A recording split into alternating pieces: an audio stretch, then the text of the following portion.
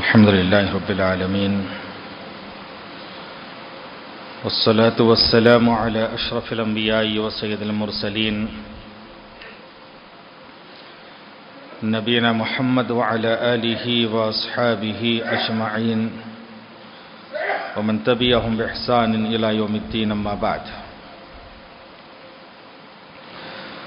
فأعوذ بالله السميع العليم من الشيطان الرجيم من همزه ونفخه ونفثه فاعلم انه لا الہ الا اللہ۔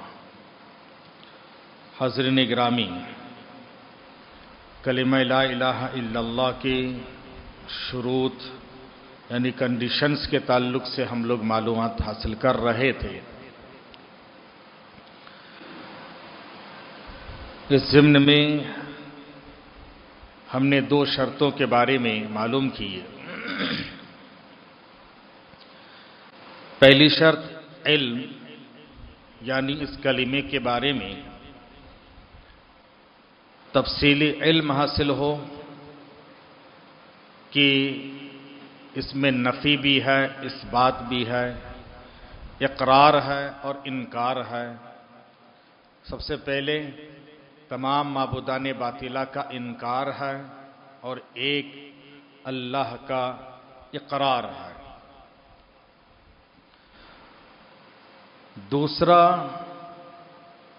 کنڈیشن یعنی دوسری شرط یقین، یعنی اس کلمے کے بارے میں پختہ یقین ہو، کسی بھی طرح کا شک اور شبہ نہ ہو۔ تیسری شرط ہے اخلاص، یعنی اس کلمے کے تئیں اس کے معنی اور مفہوم کے بارے میں ہمارے دل میں اخلاص ہو، یعنی سنسیئرٹی ہو۔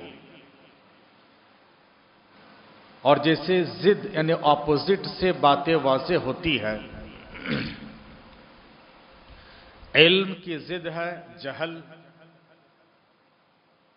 یقین کی ضد ہے شک، تو اخلاص کی ضد ہے ریاکاری۔ اخلاص نہیں ہے، ریاکاری کے لیے اس کلمے کا اقرار کرتا ہے، زبان سے پڑھتا ہے، اقرار کرتا ہے، دکھاوے کے لیے، ریاکاری کے لیے، جیسے منافقین کا حال تھا۔ تو ظاہر سی بات ہے اگر اس کلمے کے تئیں اخلاص نہ ہو، سنسیئرٹی نہ ہو، تو مکمل طریقے سے وہ اسلام میں داخل نہیں ہو سکتا اور اس کلمے کا حق ادا نہیں کر سکتا۔ یہ جو اخلاص ہے ایک ایسی شرط ہے، اہل علم نے لکھا ہے کہ شرط الاخلاص هو الفارق بین الموحد والمشرک، موحد اور مشرک کے درمیان فرق کرنے والی بات یہی ہے، یعنی اخلاص۔ کون توحید پرست ہے اور کون مشرک ہے، اس اخلاص سے پتہ چل جاتا ہے کہ اگر کلمہ توحید کے تعلق سے اخلاص ہے، سچائی ہے، سنسیئرٹی ہے، تو آدمی موحد ہے، اور اگر اس کلمے کے تعلق سے اس کو سنسیئرٹی نہیں ہے، اللہ کے ساتھ دوسروں کی بھی عبادت کرتا ہے، تو ظاہر سی بات ہے یہ ہوگا مشرک۔ اسی لیے اللہ تعالیٰ نے فرمایا کہ دیکھو قل ان صلاتی و نسکی و محیای و مماتی للہ رب العالمین لا شریک لہ وبذالک امرت وانا اول المسلمین۔ سورۃ الانعام میں اللہ تعالیٰ نے ابو الانبیاء خلیل اللہ ابراہیم علیہ السلام جو کہ امام اہل توحید ہیں، ان کے ذریعے سے یہ کہلوایا کہ اے نبی آپ کہہ دیجئے کہ میری ہر طرح کی عبادت و بندگیاں اور میری ہر طرح کی قربانیاں، میرا جینا، میرا مرنا، سب کچھ اللہ کے لیے ہیں اور اس کا کوئی شریک و پارٹنر نہیں ہے، لا شریک لہ، اور اسی کا مجھے حکم دیا گیا وبذالک امرت وانا اول المسلمین۔ اور یاد رکھو اگر مسلمان بننا ہے تو لازمی معنی میں آپ کو اس کلمے کے تئیں مخلص ہونا پڑے گا۔ اور اس کے علاوہ اللہ تعالیٰ نے سورۃ الزمر کی آیت نمبر 2 میں فرمایا اِنَّا أَنزَلْنَا إِلَيْكَ الْكِتَابَ بِالْحَقِّ، یقیناً ہم نے آپ کی طرف اس کتاب کو نازل کیا ہے حق کے ساتھ، فَاعْبُدِ اللَّهَ مُخْلِصًا لَهُ الدِّينَ، تو تم اللہ کی عبادت کرو اخلاص کے ساتھ دین کو، الدین ہوا توحید، توحید کو خالص کرتے ہوئے تم اللہ کی عبادت کرو تو ہی اللہ کے پاس قابل قبول۔ اور اس کے علاوہ اور بہت سارے نصوص پائے جاتے ہیں۔ حدیث میں ہیں، پیارے نبی صلی اللہ علیہ وسلم سے ابو ہریرہ رضی اللہ تعالی عنہ روایت کرتے ہوئے کہتے ہیں، اور یہ صحیح بخاری کی روایت ہے کہ نبی نے فرمایا اسعد الناس بشفاعتی، میری سفارش کے حقدار یا خوش نصیب وہ ہوں گے جو لوگ کہتے ہیں کہ کچھ بھی کرو آخری نبی کی امتی ہے وہ پار کر لیے جائیں گے، ہماری نیا پار لگا دیں گے۔ اور سن لے اس حدیث کو، صحیح بخاری کی روایت ہے۔ اس کے بیک گراؤنڈ میں یہ بھی ہے کہ ابو ہریرہ نے نبی سے سوال کیا کہ آپ کی سفارش کے حقدار کل قیامت کے میدان میں کون ہوں گے؟ تو نبی نے اسی کلمے کو بنیاد بنایا، فرمایا کہ میری سفارش کے خوش نصیب لوگ وہ ہوں گے من قال لا الہ الا اللہ، جو لا الہ الا اللہ کہیں مگر کیسے؟ خالصا من قلبی او نفسی، پورے اخلاص کے ساتھ، سنسیئرٹی کے ساتھ کہے گا، توحید پرست ہی کل قیامت کے میدان میں نبی کی سفارش کے حقدار ہوگا۔ توحید پرست نہیں ہے، اخلاص نہیں ہے اس کلمے کے تئیں، تو وہ نبی کی سفارش کا بھی حقدار نہیں ہوگا۔ تفصیلات بہت ہیں، چونکہ وقت کم ہے اس لیے مجھے سرسری طور پر آپ کے سامنے بات رکھنی پڑ رہی ہے۔ آپ سے گزارش ہے کہ آپ تفصیلی علم حاصل کریں، کلمے کے تئیں بہت ضروری ہے۔ چوتھی شرط الصدق، سچائی، اور یہ سچائی جس کے ضد ہے جھوٹ، یعنی زبان میں کچھ ہے دل میں کچھ اور ہے، یعنی اس سے پہلے آپ نے جو معلوم کیا اسی کے قریب قریب ہے کہ ایک تو ریاکاری میں بھی جھوٹ ہے اور اسی طرح سے نفاق میں بھی جھوٹ پایا جاتا ہے۔ منافقین کا یہ حال تھا کہ زبان سے کہتے تھے مگر دل سے نہیں مانتے تھے، تو اس کے تعلق سے ٹروتھ فلنس ہونا چاہیے، بہت ضروری ہے۔ اور یہ جو شرط ہے یہ مومن اور منافق کے درمیان فرق کرنے والی بات ہے۔ اس سے پہلی کی شرط میں موحد اور مشرک، اور اس کے ذریعے سے مومن اور منافق کی تفریق ہوتی ہے۔ اس کلمے کے تئیں پوری سچائی کے ساتھ، صدق کے دل کے ساتھ ہم اور آپ اقرار کریں، اور بہت ضروری ہے کہ سچے دل کے ساتھ اس کو مانیں۔ اسی لیے منافقین کے تعلق سے اللہ نے فرمایا، اور اگر آپ سورہ بقرہ کی ابتدائی چند آیتوں کا مطالعہ کریں تو اللہ نے 3 طرح کے لوگوں کا تذکرہ کیا۔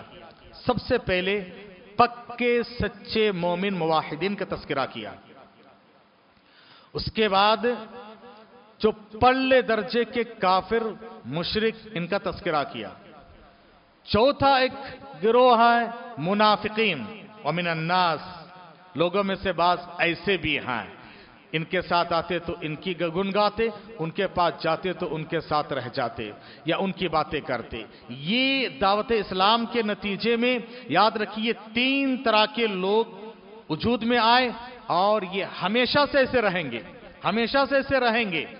نبی منافقین کو ساتھ میں رکھ کر ہی کام کیے، تو ہمارے اور آپ کے درمیان بھی ایسے لوگ ہوں گے، مگر ان کو رکھتے ہوئے ہی ہمیں کام کرنا ہے۔ اور یاد رکھیے ہر چھوٹی موٹی بات کی وجہ سے کسی کو ہم اسلام سے نکالیں، کسی پر کفر کا فتویٰ لگائیں اور یہ کہیں کہ دیکھو تم اسلام میں نہیں ہو۔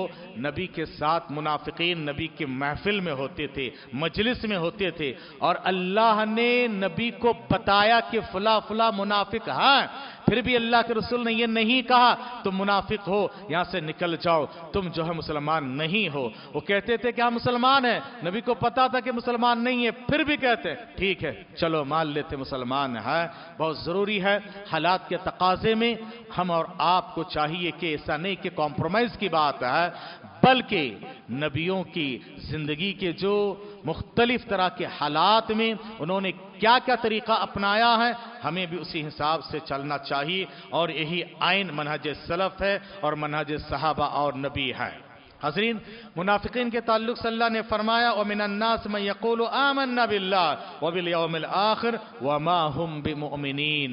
لوگوں میں سے بعض ایسے منافقین زبان سے کہتے تھے کہ ہم مومن ہیں، اور وہ کہتے تھے کہ ہم اللہ پر یوم آخرت پر ایمان لے کر آئے ہیں۔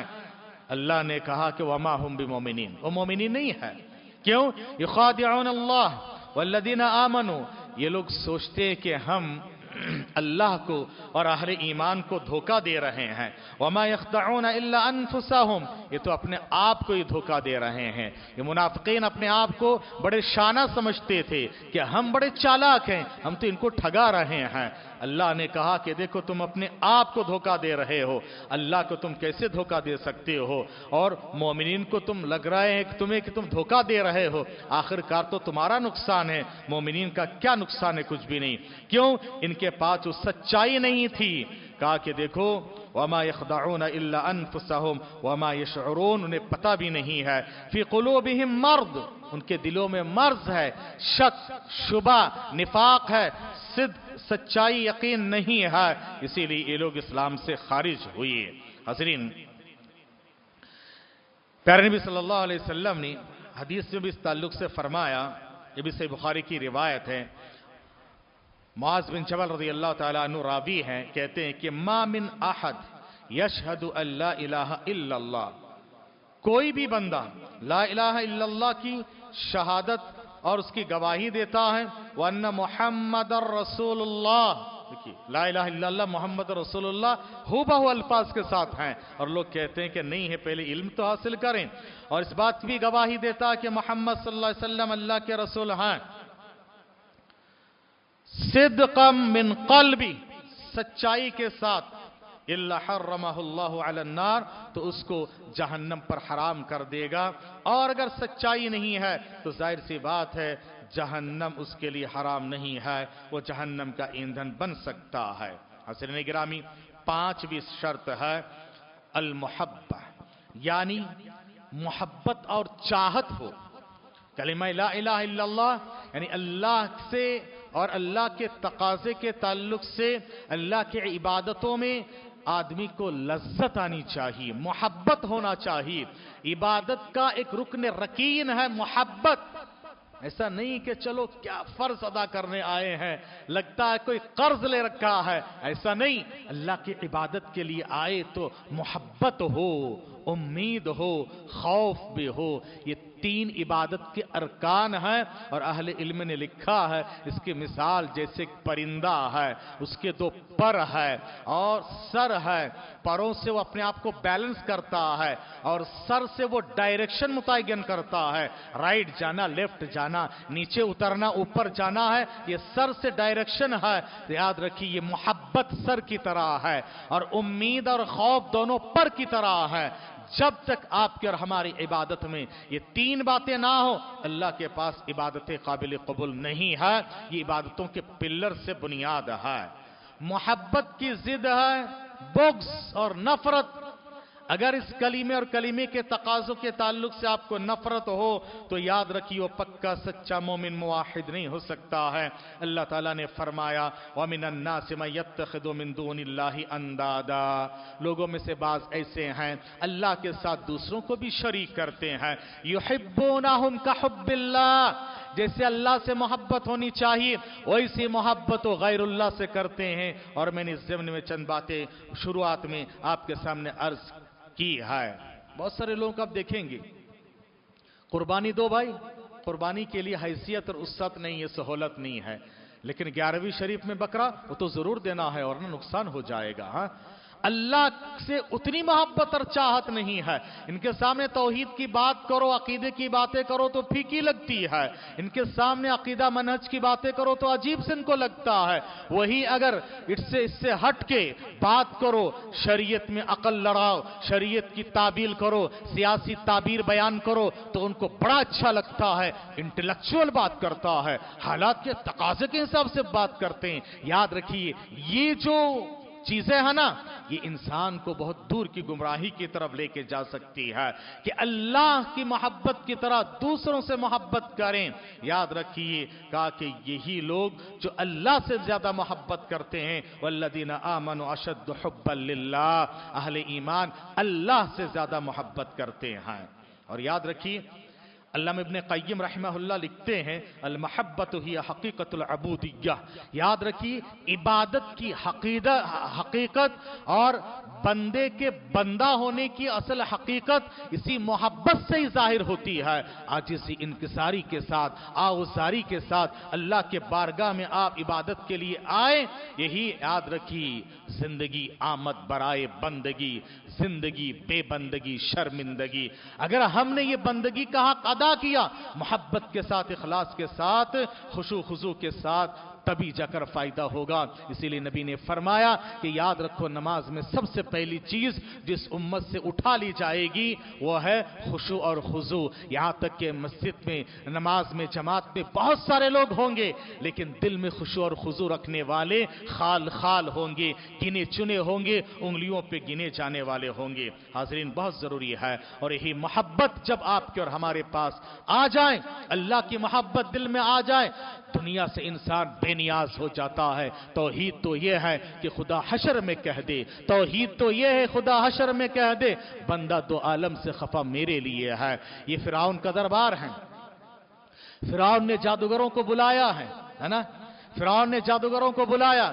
جادوگروں کو فرعون کی آؤ بھگت، جب وہ مشرک تھے، جب تک اس کلمے کی محبت اور کلمے کی جو تقاضا ان کے دل و دماغ میں نہیں آئے تب تک پوری امید ہے فرعون سے. فرعون کا ڈر ہے، خوف ہے، چاپلوسی ہے. اتنی چاپلوسی کے لاٹھی پھینکتے وقت انہوں نے اللہ کا نام نہیں لیا، کہا وَبِعِزَّةِ فرعون. آج فرعون کی عزت کی قسم، فرعون کی عزت داؤ پہ لگی ہوئی ہے. اگر فرعون جیت جائے تو ہماری آؤ بھگت ہو جائے، درباری ہم بن جائے. اتنی چاپلوسی، اتنا ڈر و خوف. لیکن جب ان کو توحید سمجھ میں آ گئی، توحید کی محبت دل میں آ گئی، اب دیکھو وہی فرعون کا دربار ہے، وہی فرعون ہے، وہی جادوگر ہے. مگر جب فرعون دھمکی دے رہا ہے تم سب کو قتل کر دوں گا، سولی پہ لٹکا دوں گا، مار دوں گا، فرعون کی آنکھ میں آگ ڈال کر وہی لوگ کہہ رہے ہیں فَقْدِ مَا أَنْتَ قَادٍ. اگر موٹے الفاظ میں ترجمہ کیا جائے کیا کر لینا ہے کر لے. انما تقضی هذه الحیات الدنیا، زیادہ سے زیادہ اس دنیا میں تو جان لے لے گا. جان دی ہوئی اسی کی تھی.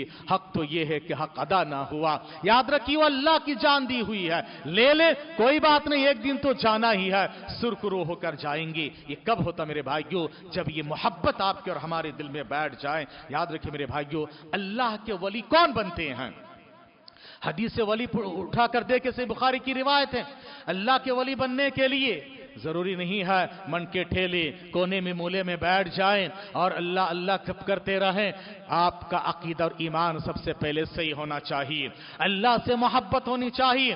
نبی کریم صلی اللہ علیہ وسلم کہتے، اللہ تعالیٰ کہتا ہے حدیث جو قدسی ہے، حدیث ولی ہے. ولی کون بنتا ہے؟ وَلَا يَزَالُ عَبْدِي يَتَقَرَّبُ إِلَيَّ بِالنَّوَافِلِ حَتَّى أُحِبَّهُ. نوافل کے ذریعے پہلے فرائض کی پابندی، پھر نوافل کا اہتمام. نوافل کے اہتمام سے آج بڑے افسوس کے ساتھ کہنا پڑتا ہے کہ آج ہمارے پاس نوافل کا اہتمام ہی اٹھ جا رہا ہے. اور یہ جو تصور ہے نا کہ فرض اللہ کے لیے ہے، سنت نبی کے لیے، نوافل میرے لیے، یہ صحیح نہیں ہے، یہ غلط ہے. فرض کے علاوہ سب نفل ہیں اور نفل میں الگ الگ اس کی کیٹیگری ہے کہ اس میں سے کچھ سنت مؤکدہ ہے، کچھ سنت غیر مؤکدہ ہے، مستحب ہے، یہ ہیں الگ الگ. لیکن سارے فرائض کے علاوہ سارے نوافل ہے. نوافل کے اہتمام سے اللہ کی محبت حاصل ہوتی ہے. بندہ اللہ کی عبادت اور نوافل میں دل کب لگاتا ہے؟ جب اللہ سے محبت ہو، یہاں تک کہ وہ اللہ کے ولی بن جائے. جائے اللہ اس کی حفاظت کرتا ہے، اور آپ تفصیلی علم اس تعلق سے حاصل کر لیں، بہت ضروری ہے میرے بھائیوں۔ آج ہم لوگ 5ویں شرط تک معلوم کیے، اس کے بعد انشاءاللہ شرط نمبر 6، 7، 8 اور 9، 4 شرطیں اور باقی ہے، بہت اہم ہے، کل کے درس میں معلوم کرتے ہیں۔ دعا کیجیے رب العالمین سے اللہ تبارک تعالی ہمیں اور آپ کو کلمہ لا الہ الا اللہ کے شروط اور تقاضے کو سمجھ کر عمل کرنے کی توفیق عطا فرمائے، آمین۔ سبحانک اللہم وبحمدک اشہد ان لا الہ الا انت استغفرک و اتوب الیک، وصلی اللہ نبینا محمد وآخر دعوانا الحمدللہ رب العالمین۔